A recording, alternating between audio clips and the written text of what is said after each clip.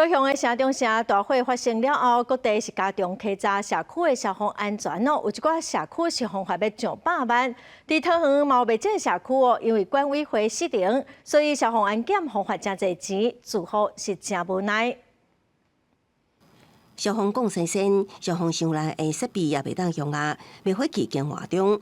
位伫中原大厦附近的中原至尊社区，有30多年啊，累计开罚45万消防安检罚款无缴，一直到今年1月，才成立管委会，逐项拢需要建设。管委会大声话讲，无资源要安怎做？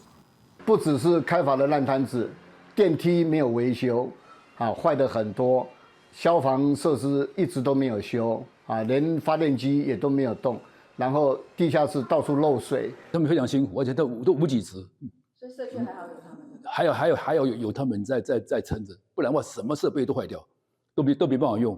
管委会怨叹，过去无管委会乱来无代志，政府也无作为。为了有效管理社区，才来成立管委会。毋但无资源，社区一直收到公安改正函文，也互消防安检真悬的罚款抵甲未喘气，无用气气。桃园许多社区因为设备老旧，陆续受到裁罚。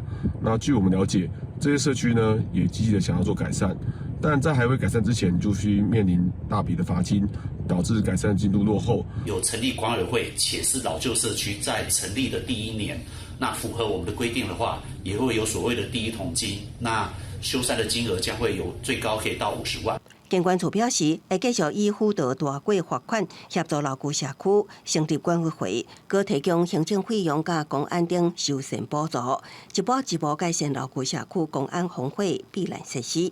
不过部分管委会认为，老旧社区新成立管委会，有时爱承受社区大量设备老旧更新问题，也爱交纳进前无人管的大笔罚款、修缮补助等经费根本无够，希望政府专案处理。公视新闻采访报道。